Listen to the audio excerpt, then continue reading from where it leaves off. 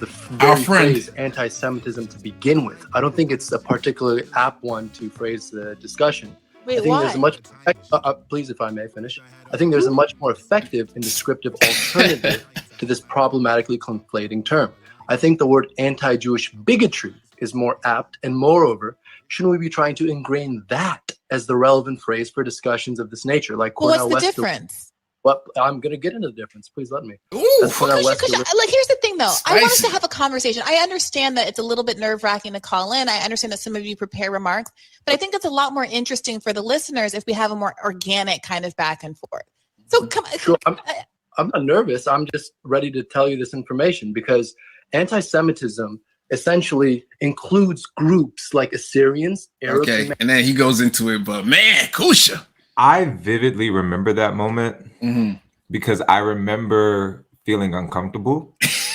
And I remember when she responded, I love Bree because like, I feel like Bree and I are somewhat kindred spirits in my head. And like, when she responded, her tone was so like, it's what I do when people do things like that and I still have to be professional. It was, yes, and I'm actually really grateful that blah, blah, blah, and blah, blah, blah. And it really made me holler because I was like, the level of restraint that I think sometimes it takes to be in this space, I like tip my hat to her and so many others. So like, I don't think people mean to be rude or nasty. I like to assume the better of people, but sometimes I don't think like part of call-in's appeal is the fact that you're having conversation. And certain people call in so frequently that I'm like, okay, you should be with like your first time calling. Totally get it. Have the notes, do everything. I did that. Like, I understand.